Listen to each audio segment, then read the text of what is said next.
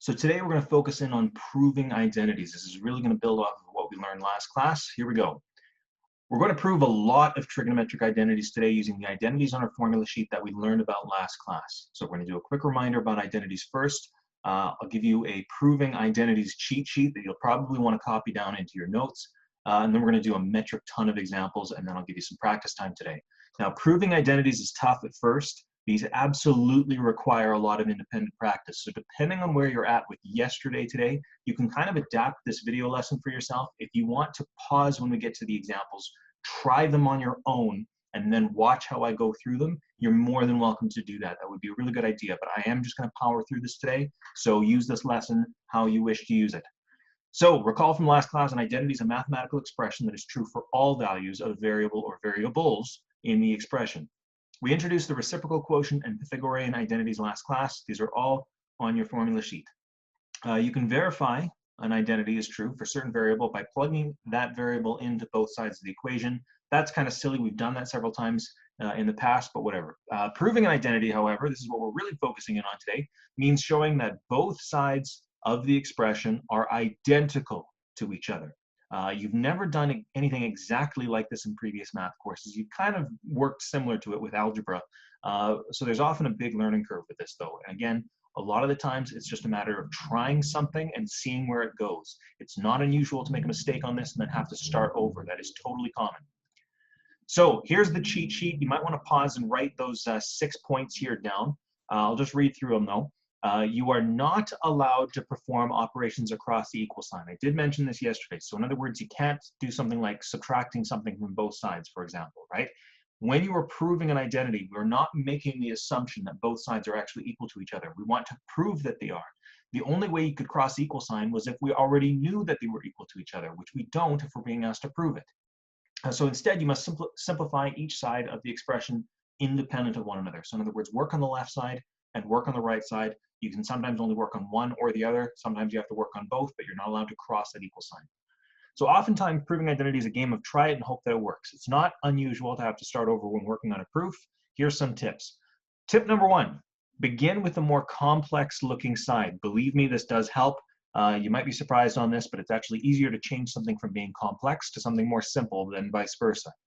And I know that sounds backwards, but believe me on that one. If immediately possible, so in other words, if you see something like right off the bat, try using known identities from your formula sheet. So if you see something that was on your formula sheet, like sine squared theta plus cos squared theta, just instantly change it to whatever it was equal to make it simpler if you can. Next up, this is the one we really focused in on yesterday. Change all trig ratios into sines and or cosines. This doesn't always work, but it's a good rule of thumb and it's a good way of kind of going through it.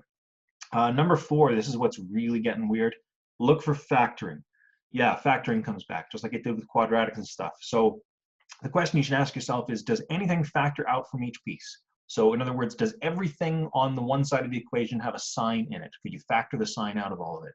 Another one that can come up is, does it look like a difference of squares? Do you have something like sine squared minus 4 or something like that, right? That'd be a difference of squares. You'd be able to square root both those pieces. That might help you, who knows? The big one, however, and we're going to see one like this a little later today, is it a sum product rule style quadratic? And that gets really weird because the x usually in these quadratics now are going to be a full-blown trig expression. So you might have like cos squared plus 3 cos plus 5 or something like that. You know, it's something that you could factor. Number 5 here, though, if there are fractions being added or subtracted, write them as a single fraction with a common denominator instead. We kind of did that yesterday as well. But again, you don't like having multiple fractions in this. Try to write it as one single fraction. That'll help you out. And then the last one, this is a very rare rule. It's really rare that this one comes around, but it's important to know. Occasionally, you may need to multiply the numerator or denominator of a fraction by its conjugate. Now, I want to remind you what a conjugate is. If you had something like x plus 2, then x minus 2 is its conjugate. So it just basically switches a plus and a minus sign around. They're conjugates from one another. We'll see another example like that today as well. They're very rare. Again, they don't pop up very often, but it is an important tool to have in your toolbox. All right. Now, here's a good question. Why do we care? Why on earth are we doing something like this? It just seems redundant. Well, the real reason is trigonometric functions are used a lot actually in computing, right? So when people make computer programs, including a lot of the ones that would be on your computer right now, trigonometric functions are part of that program. And of course, because your computer is calling on a trigonometric function, it has to perform that function before it moves on. Now, trigonometric functions are very heavy functions for a computer to process. It takes a lot of time to process a trigonometric function in your computer. You can even try this in your graphing calculator. If you try to graph, like, instead of just like going sine x in your graphing calculator, if you went like sine cos, tan, sine, tan, right? And just threw a whole bunch in and then did an x inside all of that, your graphing calculator is really going to chug. It's going to take a long time to process that. So bottom line is what I'm trying to get at, the reason we do this is it's nice simplifying these down, because if you were ever to use this in a programming application, it's important to have it as small and as concise as you possibly can, because then the computer program doesn't have to call on trigonometric operations quite as often. Maybe you don't care about that. Maybe you're just like, whatever, it's math, I have to do it. But there it was. All right, so first we're going to start with a simpler one. It's going to be a verify and then like a prove and stuff kind of question. We're going to consider this expression 1 over cos x minus cos x equals sine x tan x. Now the question is saying verify the statement is true for x equals pi over 3. Pi over 3 is part of our special triangles. So I'm going to do this without even using a calculator. Pi over 3 is the same thing as saying 60 degrees. So you know what, I'll just do it in degrees just to make my life a little easier here. This is going to be the angle we're focused in on. Remember, the sides of a special triangle will be 1/2 over here and root 3 over 2 over here. If we're doing 1 over cosine x, well, cosine of 60 degrees, which is the same thing again as pi over 3, is adjacent over hypotenuse. So 1 over 1/2 means that that's going to be 2 minus cosine of 60 degrees, or cosine of pi over 3 is going to be 1/2. So 2 minus 1/2. There you go, equals, we want to see if that's equal to sine x tan x. Well, sine of pi over 3 is going to be root 3 over 2, times that by tan. Now, tan of this is going to be opposite over adjacent. So again, that's this divided by this. So change, flip. You're actually going to find that that's equal to root 3 over 1. Let me solve the left-hand side here first. 2 minus 1/2. Might as well make this 4 over 2, so we have a common denominator. 4 over 2 minus 1 over 2 is 3 over 2. This is going to equal, let's see this side, root 3 times root 3. Well, that's just 3. Over 2 times 1 is 2. And what do you know? Left-hand side, so the left side equals the right side. We've done this correctly. It is verified just for this point. That wasn't a proof. That was just verifying. Now let's prove it. So to prove the statement is an identity algebraically, we have to show that both sides of this are actually equal to one another. This is where things get a little weirder. Remember what I said before, when you are proving an identity, you are not allowed to cross this equal sign. So in other words, as much as you may or may not be tempted to do so, you can't go and add cosine x to both sides. You can't do that. We have to assume that it's not equal first and just show that they're the same independently. So how I usually lay this out is I make a column for left side and I make a column for right side. It's easier on a full piece of paper. This is kind of a wide screen on this, so it might not work too well, but we'll give it a try. Let's just start with one side or the other. Now, it's hard to say which side looks more complicated, because remember, when we prove, one of the first steps we talk about is start on the more complicated side. But if I were to pick one that was more complicated here, I would say the left side probably looks a little more complicated than the right side, so I'll start there. 9 times out of 10, you actually have to work on both sides to get it done, but still, it's important to figure out whichever side's more complicated first. Okay, so the first thing I'm going to do is I'm going to write this as one single fraction. That was another rule that we had in that list. Oops, went back. There you go. That was another rule we had in that list. Try to write things as a single fraction if possible. So imagine that as cosine x over 1. To make them the same fraction, we need to have a common denominator. So I'm going to times this by cos x over cos x. So we're going to have 1 over cos x minus cos squared x over cos x. And again, how I got this was I just times this by cos x over cos x. Now that they're one fraction, I can write it, of course, or now that they have the same denominator, I can, of course, write this as one fraction. 1 minus cosine squared x all over cos x. Now, there's another thing we could do here. I'll just put equal signs here as I go through, just to lay it out. There's another thing we could do here. Remember, this cosine squared x is kind of cluing me into that Pythagorean identity we talked about yesterday. Sine squared x plus cos squared x equals 1. Because this is given to you on your formula sheet, you are allowed to rearrange this. Well, imagine if I minus cosine squared x from both sides. That would give me sine squared x equals 1 minus cosine squared x, which is exactly what we have in this actual statement that we're trying to prove. So instead of writing 1 minus cos squared x in here, I'm going to change that to sine squared x over cos x. Now, I'm not too sure how much further I can go with this. So when I get to like a point where I'm not really sure where else to go, you can now switch to your other side and start working on that side instead. So now let's think about this sine x times tan x. Well, first of all, one of the rules again was turn everything to sine and cos if possible. Well, sine is fine, so sine x is just fine. But tan we should turn into a sine and cos. Remember on your formula sheet, it's there. It says tan is actually equal to sine over cos. So this becomes sine x over cos x. Now, of course, we'd like to write this as one single fraction if possible. Sine x, I can just think of that as sine x over 1. Multiply these through, and you're going to find that sine squared x over cos x is what you've got.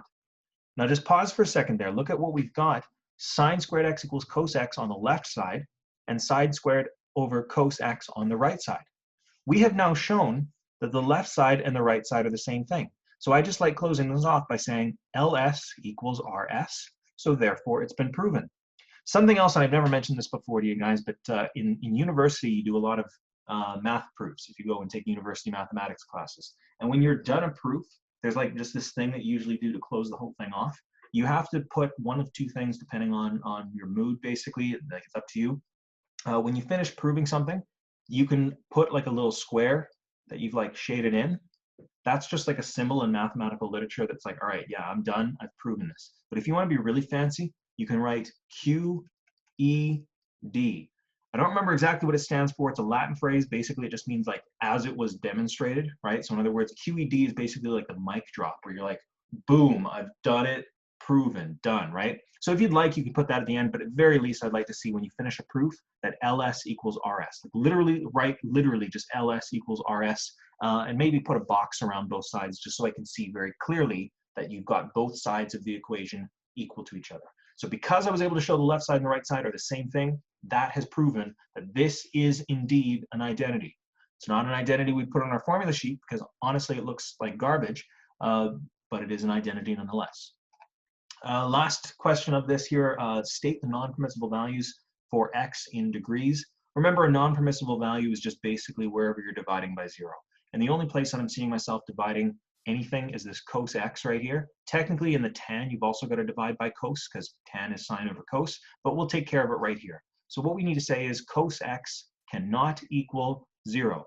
Let's think about where cosine would be equal to 0. We did this exact same thing last class, but I'll just do it again. You could use your calculator and use inverse cos to figure that out, but I want to do it the old-fashioned way. Cosine on a unit circle will spit out your x value. So we're looking for the angle that would give us where x is equal to 0. Well, of course, those angles are going to be 90 degrees and 270 degrees because along our x-axis here, we can see x is 0 here. So at 90 degrees and 270 degrees is where that's going to be at. Now, it doesn't say all of them, but we have to assume it wants all of them. So what I would say is x cannot equal 90 degrees plus or minus, let's see how far apart these are. Well, they're 180 degrees apart each, so plus or minus 180 n, where n is an element of the natural numbers. There you go. That right there would be your answer. Again, these don't come up too often, but it is important to know that there are some flaws with this identity. It's like there are some times where both sides are just going to be non-existent. If you tried to plug in 90 degrees into this, you're not going to get an answer. That doesn't mean it's not an identity, because remember, both sides would have the same flaw, but it's still important to note. All right, we're going to do a whole gauntlet of like proving questions now. So it's up to you depending on where you're at with this. You can pause the video and try each one. I really would recommend it. But if you're really not comfortable with that, you can watch how I do each one of these questions and think about that cheat sheet that I gave you earlier in this lesson as to how I go about them. Remember, I'm going through these because I've done these several times before and I feel pretty confident about them. So I make usually very little mistakes. Watch as I end up making a mistake in this somewhere, but that just comes from experience. It takes a while to kind of start seeing where we're going with this. Follow your cheat sheet, and that'll lead you in the way you need to go. Anyway, I'm going to stop talking here. If you want to pause, go for it. But I'm going to go over this question. Prove the following identities. Remember, focus on your left side and your right side. Do not cross over that equal sign when it hasn't been proven yet. Very first thing I'm going to do here is, because this is an absolute mess, I'm going to change everything that isn't sine or cos into sine or cos. So I'm going to get rid of this tan, and I'm going to get rid of this cotangent. You can work on the left side and the right side at the same time. That is totally okay. So let me put my two little columns here. Left side, I'll say, is sine x plus, instead of tan x, I'll write that as sine x over cos x, all over 1 plus cos x. On the right side, we'll change this 1 over cotangent x. 1 over cotangent is tan, but we can go better than that. We can just say that that's sine x over cos x. So there we go right there. That's what we've got for that. If you want, if you feel more comfortable, we can put like a little slash down here so we know they're totally divided off. That right side is looking pretty simple right now. There's not too much more we can do with that. So you know what? I'm going to leave that alone. We got to really like dig in and worry about our left side now. So my left side, obviously a lot more complicated. Let's use that rule though that says if you ever see some fractions being added together, make them one fraction. Technically, this is sine x over 1 plus sine x over cos x. In order to add these two fractions, this guy needs to have cosine as its denominator. So I can put a cosine on the top and the bottom of it. Bottom line is, this is going to equal sine x cos x over cos x plus sine x over cos x all over 1 plus cosine x. Whew, that's looking like an absolute nightmare, but we could add these together and write them as a single fraction. Just to save myself some room, and because I have the advantage of having a digital pen here, I'm going to add these together all in one fraction, all in one go.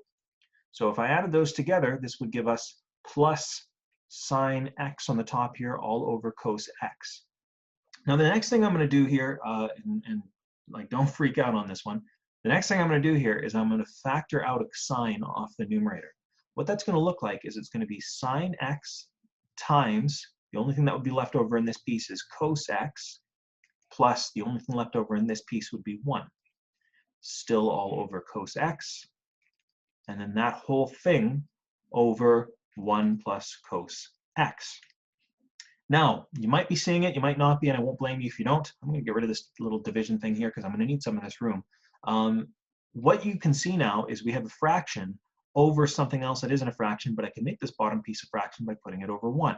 When you have a fraction divided by a fraction, you can keep the first one, so sine x cos x plus 1 over cos x, and then change the divide to a times and flip the other one, 1 over 1 plus cos x. Now hopefully what you're seeing, especially if we put brackets around this, is on the top here, we have the same thing here as we have down here. Cos x plus 1 is the same thing as 1 plus cos x, because with addition, order does not matter.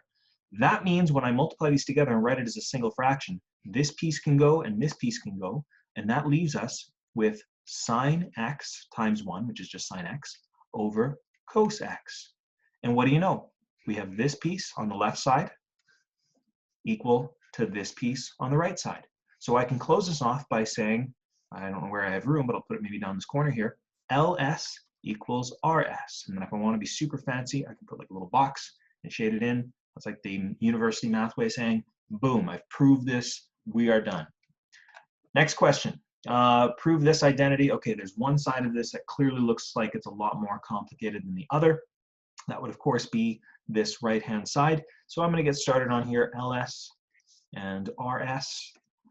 Left side of this equation, 1 minus 10. You know what? We'll turn that into a sine and a cos. So it's 1 minus sine x over cos x over 1 minus cotangent. Same kind of idea. It's 1 minus cos x over sine x. I'm going to still leave that left side alone. I'm not going to touch it quite yet. I want to work through this. Remember on the numerator here, we have something minus a fraction. Let's write it as a single fraction. 1 is technically cosine over cosine. So we could write that now as cosine x minus sine x over cos x over, same idea down here, we're subtracting something with sine in the bottom, so let's make this sine x over sine x. That would give us sine x minus cos x over sine x. Now, this is where it gets a little weird.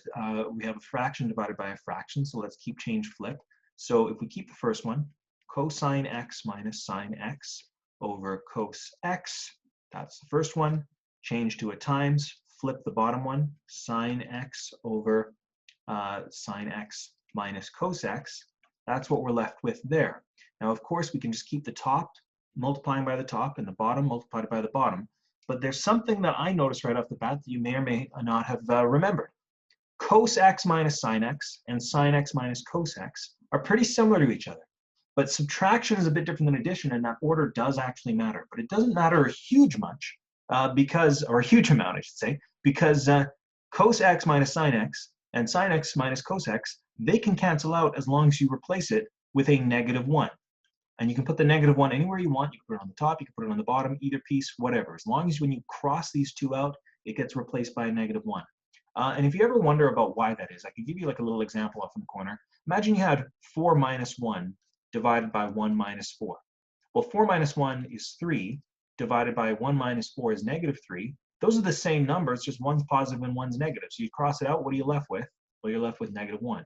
That's the same idea here, okay? So basically what I'm trying to say is you're left with, on the right-hand side here, with negative sine x over cos x. That's about as far as we can go with that right-hand side. Let's look at our left side now. Negative tan x. The writing's on the wall on this one. Negative tan x is just equal to negative sine x over cos x, because tan is sine over cos.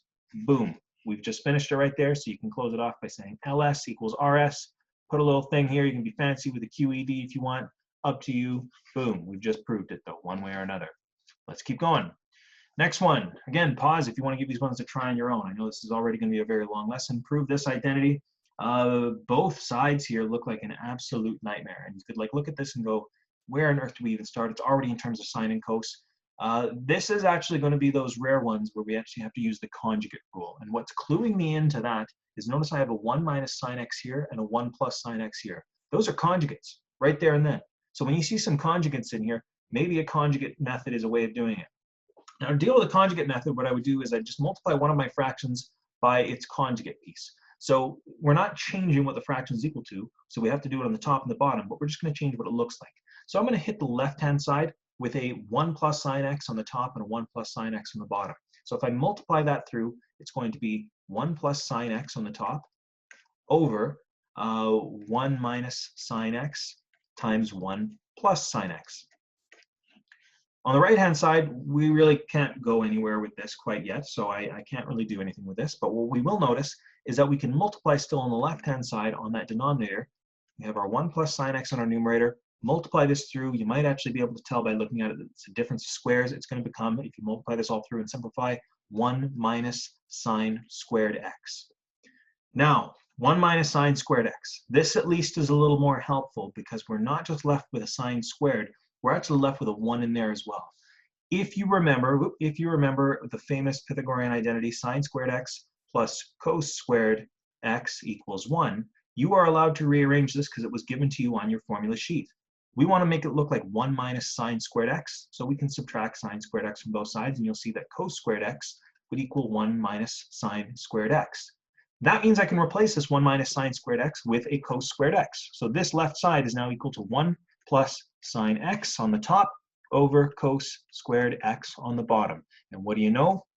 The right side and the left side are equal to each other. I didn't even have to touch the right side on this one. Look at me go. So we can say ls equals rs.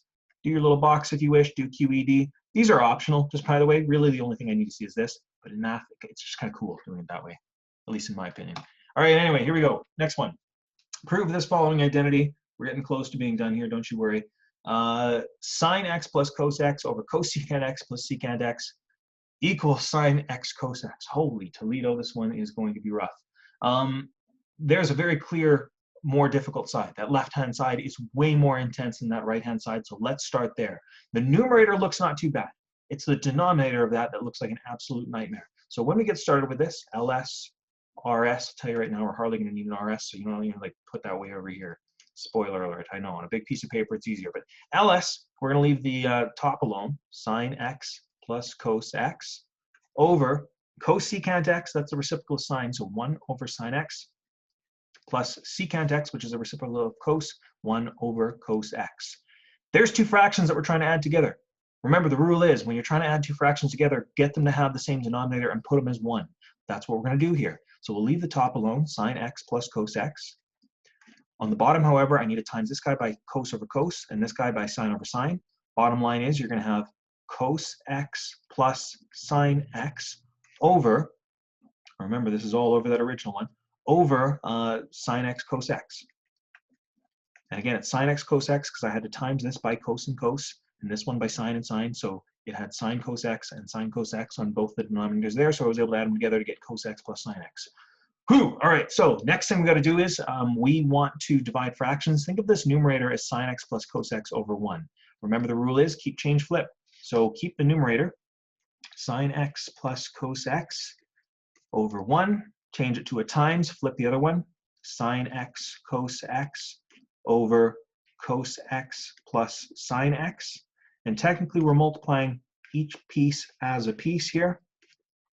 Thinking about this now as one jumbo fraction where you have sine x plus cos x times sine x cos x over 1 times cos x plus sine x. Notice sine x plus cos x and cos x plus sine x are the same thing.